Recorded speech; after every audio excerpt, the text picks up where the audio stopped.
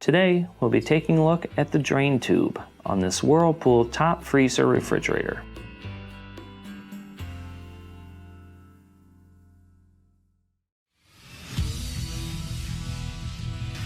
Be sure to visit ApplianceVideo.com, where you will find thousands of repair videos on the latest technology.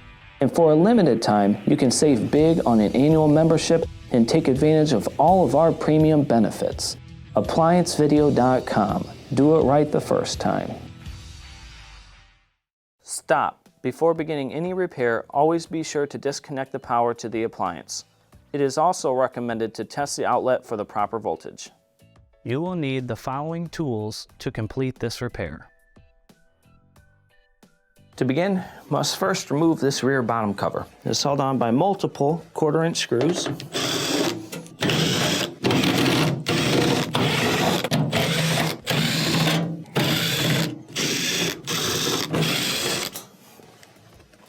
And there should be all of them.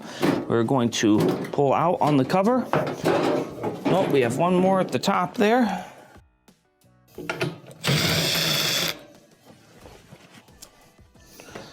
Get that last one, slide it down, and set the cover to the side. Now that we have the back panel removed, we have clear access to our drain tube here. Now, there are two reasons why we would need to get to this part. First would be if your freezer is backing up with water and water inside the refrigerator because your drain tube is clogged, not allowing it to drain down, or you could be getting water on the floor because the drain tube itself is cracked. Either way, to take it off, we can either take it off to replace it or take it off to clean it out. What you will do is pull down on the actual bottom portion of the tube, pull it out. You can either blow it out or set it aside for replacement.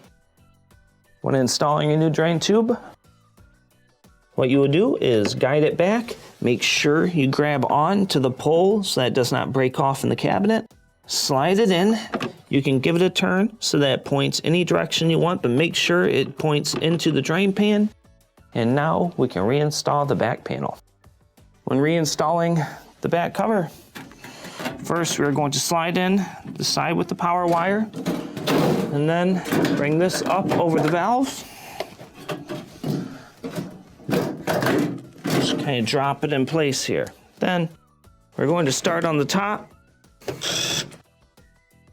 Get a couple of these screws.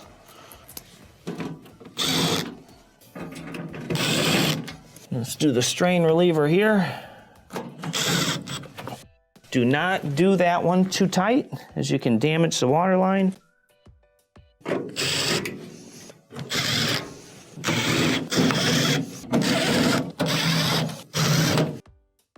And this will complete your repair.